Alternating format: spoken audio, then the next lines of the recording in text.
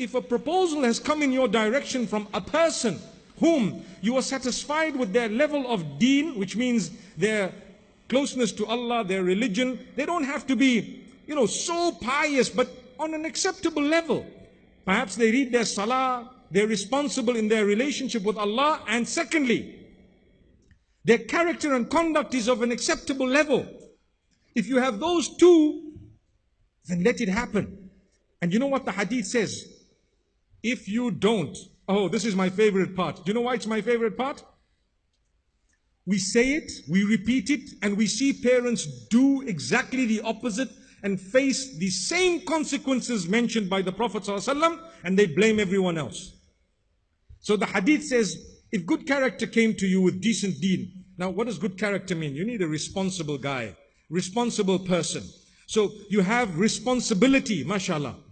They're responsible and they have deen. They're good character. I can talk to a young man for a few moments and I can have an idea of how he carries himself. For example, I may not know the details. I could find out. You could go deeper and deeper. And don't just be satisfied at a statement uttered by someone, you know what? Yeah, this guy is like that. No, sometimes they have ulterior motives. I've known of many cases of people whom the parent asks one of their relatives, a brother or a sister or someone, that, my daughter is interested in this guy. And they say, no, he's on drugs. But you know what? He's not. So why did they say that? Because they were eyeing out the same child for their daughter. Subhanallah. Wow. It's a reality. You may not like what I just said. There are some from amongst you who are really, really in that situation. Subhanallah. Where people just come and say nasty things. They've said it about me and about you. Anything they can say. This guy is like this. This guy promotes violence. He hates it. And you know it's not true. It's absolutely false. But why do they say it? Because of some weakness they have. You need to help them. The problem is you've just destroyed someone's life by lying. You speak the truth.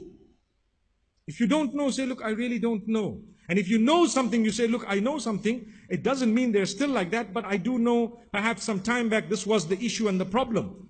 But the difficulty is as soon as the child raises an issue at home that, I'm interested in someone, close it. Why?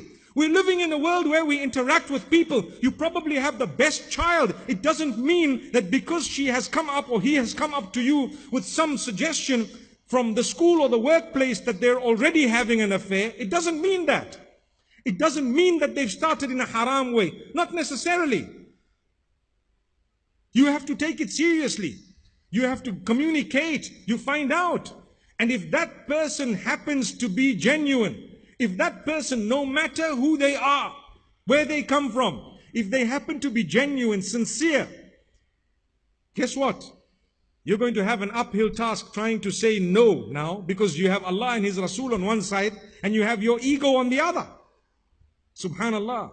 Like I said, you might have had your dream, but you have to adjust it as time passes. Because now something I didn't calculate has just happened. How should I deal with it? We're living in the real world. You're going to have to deal with it by facing it, by understanding it. Like I said, look at the guidelines of the deen and try your best to help your child. My beloved children, definitely take what your parents have to say seriously. And if they don't listen to you at all, try again and keep trying.